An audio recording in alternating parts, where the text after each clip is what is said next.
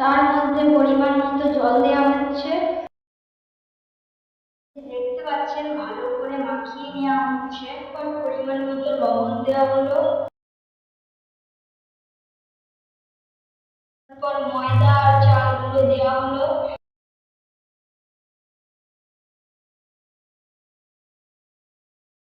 তারপর দিয়ে দিল পরিমাণ মতো কালো জিরে।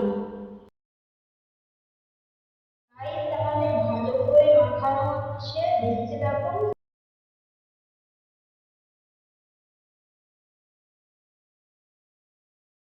ফাইনালি আমাদের মাখানো কমপ্লিট, প্রায় হয়ে এসেছে। ফাইনালি অসাধারণ পিঠেটা ফুলছে, দেখতে পাচ্ছেন আপনারা, ভালো করে দেখুন।